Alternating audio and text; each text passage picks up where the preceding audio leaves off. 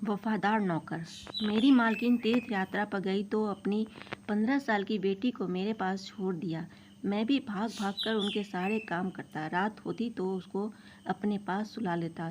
इसकी मालकिन ने भी इजाज़त दे रखी थी। अगली रात हुई तो मुझे कुछ नरम नरम सा महसूस हुआ। मैं घबरा उठा तो मेरे होश उड़ गए। मेरा नाम मोहन है। मेरी उम्र 25 साल थी, लेकिन मैं 10 साल की उम्र से ही मालकिन के घर काम कर रहा था। इसलिए जितना भरोसा वह मुझ पर करती थी उतना किसी पर भी नहीं करती थी। इसलिए वह मुझे हर बात बता रही थी। कहने लगी, देखो मोहन, अपनी बेटी रूपाली को मैं घर ही छोड़ जा रही हूँ। उसका बहुत ख्याल रखना। तुम्हें पता है ना, उसे नींद में चलने की आदत है। मैं सर हिलाने लगा। मालकिन, मुझे मालूम है। हालांकि मुझे क्या मालूम, वह तो अपने कमरे में ही सोती थी। उम्र में 15 साल की थी, लेकिन थी जरा बावली किस्मत की, बेवकूफ़ और लाडली। मालकिन की इकलौती बेटी थी, इसलिए उसे लाड़ प्यार से रखा हुआ था। मैंने कहा कि मालकिन, मैं इसका ख्याल रखूंगा। लेकिन इसके बाद जो बात मालकिन ने मुझे की, मैं तो हैरान रह गया। वह कैसे मुझे यह बात कर सकती थी। कहने लगी, रात को तुम मेरी रूपाली के पास ही सोओगे, उसके कमरे में। यह बात सुनकर मैं तो हैरान रह गया था। मेरा तो दिमाग यह सुनकर ही घूमने लगा था। मैंने कहा, मालकिन, मैं कैसे रूपाली के कमरे में सो सकता हूँ? आप सोच कर तो बात करें, यह ठीक नहीं है। वह कहने लगी, मोहन, मुझे कुछ नहीं सुनना है। मैंने जो कह दिया बस कह दिया। तुम रूपाली के कमरे में ही रहोगे और वहीं सोओगे। मुझे मालकिन की यह बात किसी तौर पर सही नहीं लग रही थी, लेकिन मैं उन्हें इनकार नहीं कर सकता था। मैं दिल में यह पक्का इरादा कर चुका था कि मैं रूपाली के कमरे में नहीं सोऊंगा। मेरी मालकिन एक विधवा औरत थी, लेकिन थी बहुत अमीर। मालिक उनकी बहुत सारी जायदाद थी और उनकी एक ही बेटी थी, जिसे उन्होंने लाड प्यार से पाला। जब मैं मालकिन के घर काम करने के लिए आया था, उस वक्त मालिक जिंदा थे। उन्होंने तो मालकिन को फूलों की तरह रखा था। बहुत प्यार करते थे वह मालकिन से, और दोनों एक दूसरे के साथ बहुत खुश थे। रूपाली पैदा होने से कुछ महीने पहले ही मालिक कार हादसे में गुजर गए थे। मालकिन सदमे में ही दीवानों जैसी बातें करने लगी थी। कभी कहती, वह अभी आ जाएंगे, मुझे छोड़कर यूँ नहीं जा सकते हैं। मैं उस वक्त 10 साल का था, लेकिन मालकिन की हालत देखकर फूट फूट कर रोया था, क्योंकि उनका रवैया शुरू से ही मेरे साथ बहुत अच्छा था। वह मेरा भी बहुत ख्याल रखती थी, इसलिए मुझे उनका दुख देखा नहीं जाता था। जब रूपाली पैदा हुई तो पहले तो मालकिन बहुत रोई थी मालिक को याद करके, लेकिन फिर उनका दिल रूपाली के साथ लग गया।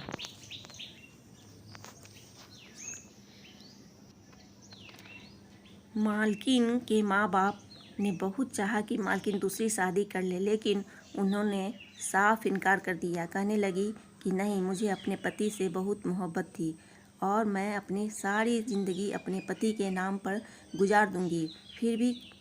फिर वही किया। पूरा घर उन्होंने संभाल लिया था। 15 साल का वक्त गुजर गया था। मालिक का सबसे ज़्यादा वफादार और भरोसा करने वाला नौकर मैं ही था। कारोबार की देखभाल मालकिन ने मेरे हवाले ही कर दी थी, लेकिन मैंने भी नमक का हिसाब चुकाया था। एक एक पाई का हिसाब मालकिन को देता था। इस साल हमारी मालकिन के माँ बाप तीर्थ यात्रा पर जा रहे थे, इसलिए मालकिन ने कहा कि मैं भी तीर्थ यात्रा पर जाना चाहती हूँ। यह सुनकर पहले तो रूपाली ने हंगामा खड़ा कर दिया कि वह अकेले यहाँ नहीं रहेगी, लेकिन उसके फाइनल पेपर थे, इसलिए मालकिन कहने लगी कि मैं तुम्हारी पढ़ाई को ख़राब नहीं करना चाहती, इसलिए तुम अगली बार मेरे साथ चली जाना। बड़ी मुश्किल से वह मानी थी, लेकिन जो कुछ मालकिन मुझसे कह रही थी, यह बात मुझे सही नहीं लग रही थी, और मालकिन मुझे सब कुछ समझा बुझाकर तीर्थ यात्रा पर चली गई। और उनके जाते ही मैं सोफे पर बैठकर सुकून की गहरी सांस ली। फिर खाना बनाने वाले को बुलाया और अपने लिए बढ़िया सी चाय बनवाई, लेकिन मालकिन के होते हुए मैं कभी भी सोफे पर नहीं बैठा था। हालांकि उन्होंने मुझे कभी इनकार नहीं किया था, लेकिन मैं मालिक और नौकर का लिहाज हमेशा रखता था। लेकिन अब सोच रहा था कि मालकिन नहीं है तो कुछ दिन मालिक कुक वाले ठाठ मैं भी करके देखूँ। मैंने सुकून की सांस ली और मज़े से अपने दोनों पैर सामने शीशे वाले टेबल पर रख दी। रिमोट हाथ में लिए टीवी पर चैनल बदलने लगा। अभी मैं सोच ही रहा था कि कौन सा चैनल देखूं, तभी कमरे में का दरवाज़ा खुला और रूपाली हॉल में आई। जब उसने मेरे बैठने के तौर तरीके देखे तो माथे पर बल डालकर बोली, मोहन के बच्चे, तुम्हारी शिकायत तो मैं माँ के आते ही करूँगी कि कैसे उनकी कीमती टेबल पर तुम पाँव पसार कर बैठे थे। यह सुनते ही मैं हड़बड़ा कर बिल्कुल सीधा होकर बैठ गया। मैंने कहा, छोटी बेबी, ऊपर वाले के लिए मालकिन से मेरी शिकायत ना करना। मैंने फ़ौरन टीवी बंद किया और रिमोट साइड पर रखा। रूपाली सर पर गुस्सा चढ़ाई आराम से आकर सोफे पर बैठ गई और रिमोट भी अपने हाथ में पकड़ लिया। कहने लगी, माँ घर पर नहीं है तो इसका मतलब यह न समझना कि तुम लोगों को मैं सर पर चढ़ाऊँगी। जब तक माँ घर पर नहीं है, इस घर की मालकिन मैं हूँ, इसलिए जो मैं कहूँगी तुम लोग वही करोगे। मैंने सीने पर हाथ रखा और सर झुकाया। जी जी, क्यों नहीं छोटी मालकिन, जैसा आपका हुक्म। अंदर से मेरा जी तो जल के रह गया था। मेरी कभी भी मालकिन की बेटी से 1 मिनट भी नहीं बनती थी। मैं उसकी हरकतों से परेशान हो जाता था। वह मुझे बाजार से कई बार चक्कर लगवाती थी, कहती थी क्योंकि वह उनकी लाडली बेटी थी। मुझे ही कहती थी, मोहन, जो छोटी मालकिन कहती है वह कर दो। चाय का कप नौकर लेकर आया तो मुझे ऐसे खड़ा हो देखकर अजीब सी हंसी मुझ पर हंसा था। कहने लगा, अभी तो बड़ा रोब जमा रहा था, आ गया ना अपनी औकात में। मैंने उसे पूरे घूर कर कहा। खाने वाली नज़रों से देखने लगा था।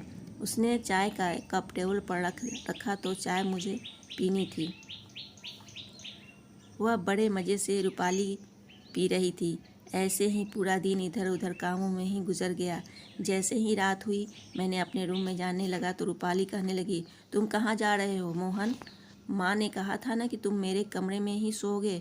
यह सुनते ही मुझे मालकिन की बात याद आ गई।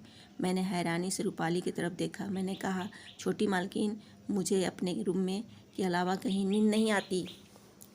घर में नौकरानी भी है, आप उन्हें अपने साथ सुला लें। यह कहने लगी, माँ ने कहा था कि तुम सो गए तो मतलब तुम ही सोगे। चलो शराफत से आओ मेरे कमरे में और कालीन पर जाकर लेट जाओ। मैं कमरे में आ तो गया, लेकिन मुझे अजीब सी बेचैनी ही शुरू हो गई थी। रूपाली बेड पर जाकर लेट गई थी। अब उसने लाइट ऑफ कर दिया। कमरे में इस वक्त अंधेरा था। मेरा दिल बड़ी ज़ोर ज़ोर से धड़क रहा था। भले वह 15 साल की थी, लेकिन मैं तो 15 साल का ना था। मुझे किसी की बात याद आने लगी जो मैंने कई बार सुनी थी। जहाँ एक मर्द और एक औरत हो तो वहाँ तीसरा शैतान होता है। पता नहीं मालकिन ने ऐसा क्यों कहा कि मैं उनकी बेटी के कमरे में अकेला रहूँ। वो चाहती तो नौकरानी को रूपाली के साथ सुलाती। कमरे में हल्की सी रोशनी थी। एक नज़र मेरी बेड पर लेटी रूपाली पर पड़ी तो उसके चेहरे पर जाकर मेरी नज़र टिक गई। सोई हुई रूपाली मायूस लग रही थी, बिल्कुल खुलकर सो रही थी। एकदम ही मैंने अपनी नज़र बदली, अपनी आंखें जोर से बंद कर लिए और सोने की कोशिश करने लगा कि उससे पहले ही मुझ पर शैतान हावी हो मैं सो जाऊं। ऊपर वाले का ध्यान करते करते न जाने कब मेरी आँख लग गई।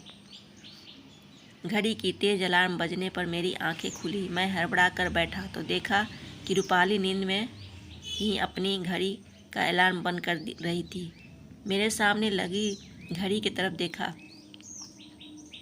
7 बज रहे थे। मैं फ़ौरन उठकर उसके कमरे से बाहर निकल गया। उसे स्कूल जाना था और उसका पेपर भी था। मालकिन ने कहा था कि ड्राइवर के साथ रूपाली को अकेला मत भेजना। इसलिए जब रूपाली तैयार होकर कमरे से बाहर आई, ड्राइवर के साथ मैं जाकर उसे स्कूल छोड़कर आया। उसके बाद मैं ज़मीनों का हिसाब किताब देखने लगा। उस हिसाब किताब की सारी मेरी जिम्मेदारी थी। उन कामों में ऐसा उलझा कि मुझे याद ही नहीं रहा कि रूपाली को वापस लेने भी मुझे जाना था। जब तक मैं ना जाता, ड्राइवर भी रूपाली को स्कूल से लेने नहीं जाता और यह मालकिन का हुक्म था।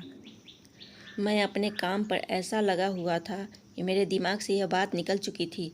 12 बजे रूपाली को छुट्टी होने वाली थी और 2 बज चुका था जब मेरे फ़ोन पर बेल बजने लगी और जब मैंने नंबर देखा तो मालकिन था। मैंने जल्दी से फ़ोन उठाया तो मालकिन मुझ पर भड़क उठी। कहने लगी, मुझे रूपाली की कॉल आई थी, वह अभी तक स्कूल में ही है, तुम उसे लेने क्यों नहीं गए? यह सुनकर मेरा दिमाग घूम गया। मैं तो बिल्कुल ही भूल चुका था। मैंने कहा, मालकिन, मैं ज़मीनों के हिसाब किताब में लगा हुआ था। मालकिन कहने लगी, जाओ जाकर उसे ले आओ। मैंने सारे खाते बंद किए और घर से निकला।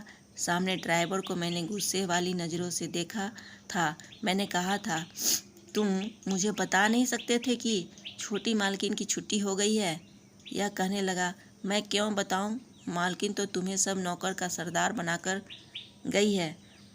उन बातों का तुम ख्याल रखो।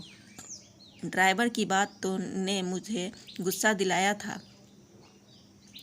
मालकिन क्या गई थी, सारे नौकर सर पर चढ़ गए थे, वरना उनके सामने तो सर झुकाए रखते थे। मैं जल्दी ही ड्राइवर के साथ बैठा और जब स्कूल पहुंचा तो पूरा स्कूल खाली हो चुका था।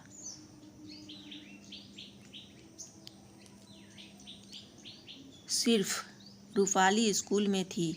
यहाँ पर चौकीदार मुझे देखकर बोला, इतनी लेट क्यों? रूपाली गुस्से से लाल पीली होती हुई गाड़ी में बैठ गई। जितनी देर मैं घर नहीं पहुँचा वह मुझे बस बातें ही सुनाती रही। कहने लगी, माँ को आने दो, तुम्हारे कान न खिंचवाया, ये तो फिर भी मुझसे कहना मेरा कसूर था, इसलिए मैं चुपचाप उनकी सारी बातें सुनता रहा। घर पहुँचे तो खाना बनवाने वाले ने खाना तैयार नहीं किया हुआ था। नौकरानी ने भी घर की सफाई ठीक से नहीं की थी, बस अपनी बातों में बिजी थी। यह देखकर तो मेरा सर चकराने लगा। मालकिन के बगैर तो पूरा घर ही अस्त व्यस्त हो गया था। मैं उन्हें कुछ कहता तो सब कहते, तुम भी हमारी तरह नौकर हो, ज़्यादा हमारे सर पर सवार मत हो जाओ। मैंने नौकरानी से ठीक से साफ़ सफाई करने को कहा। अपनी निगरानी में मैंने पूरे घर को साफ़ सुथरा रखवा दिया।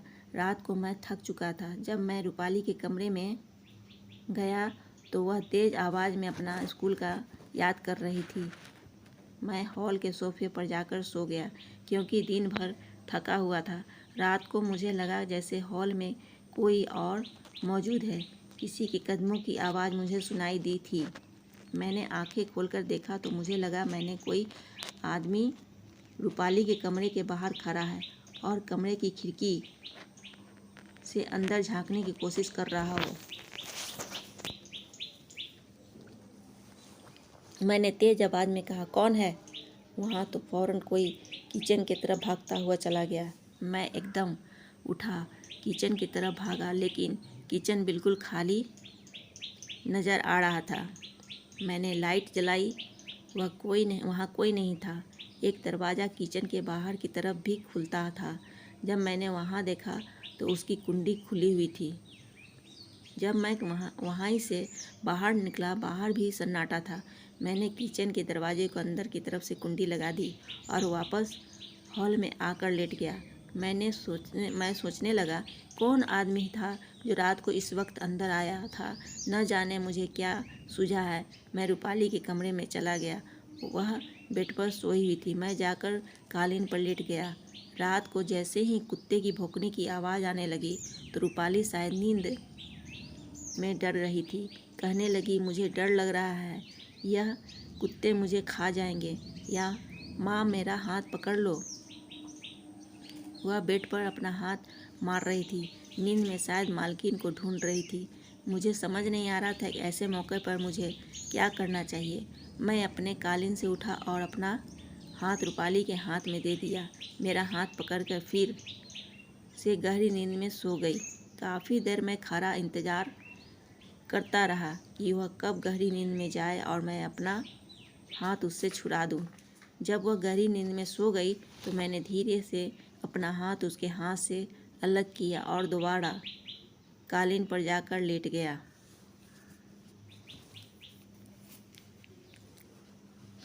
उसके बाद मैं रूपाली के कमरे में ही सोने लगा। एक नौकर ने दूध की खीर बनाई तो कहने लगा, तुम भी खा लो, बड़ी सुकून की नींद आ जाएगी। मैंने भी खीर खा ली और रात को रूपाली के कमरे में चला गया। उस रात वाकई मुझे बड़ी गहरी नींद आई। मैं जो सोया था, सुबह ही मेरी आंखें खुली तो मैंने देखा कि बेड खाली था। उस वक्त सुबह के 6 बजे थे। उस वक्त तो रूपाली नहीं जागती थी और वैसे भी आज रविवार का दिन था, छुट्टी थी। मैं कमरे में से बाहर आया तो रूपाली वहाँ पर नहीं थी। मैंने उसे पूरे घर में देखा, मुझे कहीं नज़र नहीं आई। मेरा दिल धक सा रह गया। मैंने तमाम लोगों को शोर मचा के जगा दिया। सभी उसे ढूंढने लगे, लेकिन वह पूरे घर में कहीं नहीं थी। मेरा तो वह हाल था कि मेरा रंग पीला पड़ गया चुका था। मालकिन उसे मेरे भरोसे छोड़कर गई थी। मैं कैसे रात को गहरी नींद में सो गया था, मुझे पता ही नहीं चला। खाना बनाने वाले बावर्ची ने भी वहाँ से गायब था। फिर मेरे ख्याल से आने लगा कि कुछ दिन पहले मैंने एक आदमी को रूपाली के कमरे के बाहर देखा था। वह भागते हुए किचन में गया था। शायद वह बावर्ची ही था।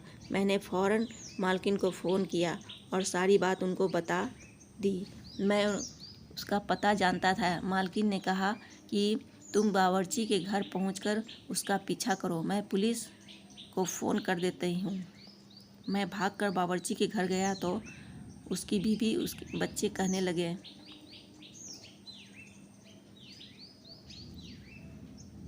वह तो घर पर आया ही नहीं। मुझे मोहल्ले वालों ने से पता चला कि सुबह सुबह बावर्ची रूपाली के मुंह पर हाथ रखकर उसे एक गाड़ी में बिठाकर कहीं ले जा रहा था।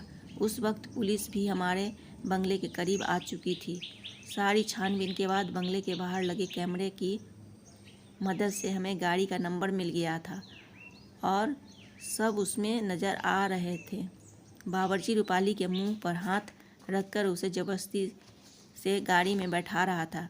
गाड़ी का नंबर ट्रेस हो चुका था। मैं भी पुलिस वालों के साथ गया था। हाँ, हम जैसे ही गाड़ी तक पहुँचे, वह सुनसान जगह पर खड़ी थी।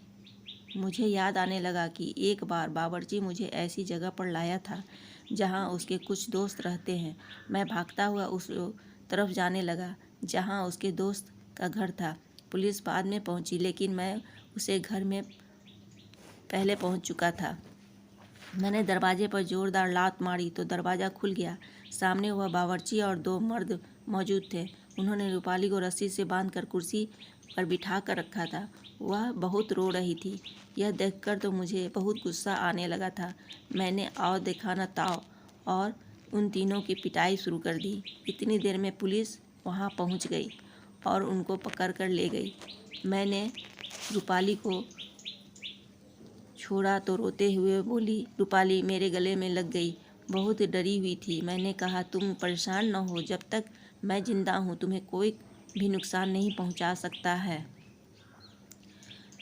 2-3 दिन में मालकिन भी वापस आ गई। मालकिन रूपाली को गले से लगाकर रोने लगी और मुझसे कहने लगी, मुझे तुम पर भरोसा था कि तुम मेरी बेटी का ख्याल रखोगे।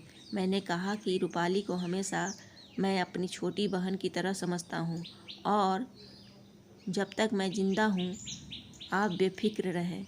ना तो उसकी आपकी तरफ कोई आंख उठाकर देख सकता है और ना ही रूपाली की तरफ। यह सुनकर मालकिन खुश हो गई और अब रूपाली ने मुझे भाई मान लिया था और मेरे साथ अच्छे से पेश आती थी। अब मालकिन, रूपाली और मैं हम सब लोग खुशी खुशी अपनी ज़िंदगी जी रहे थे। तो दोस्तों, आपको क्या लगता है, एक नौकर ने मालकिन की बेटी का ख्याल रखकर सही किया था? आपकी राय कमेंट बॉक्स में ज़रूर बताएं। वीडियो को लाइक करें और चैनल को सब्सक्राइब करें। आशा करती हूँ आपको वीडियो पसंद आया होगा। प्लीज़ वीडियो को लाइक, शेयर, सब्सक्राइब और कमेंट करना ना भूलें। Thanks for watching.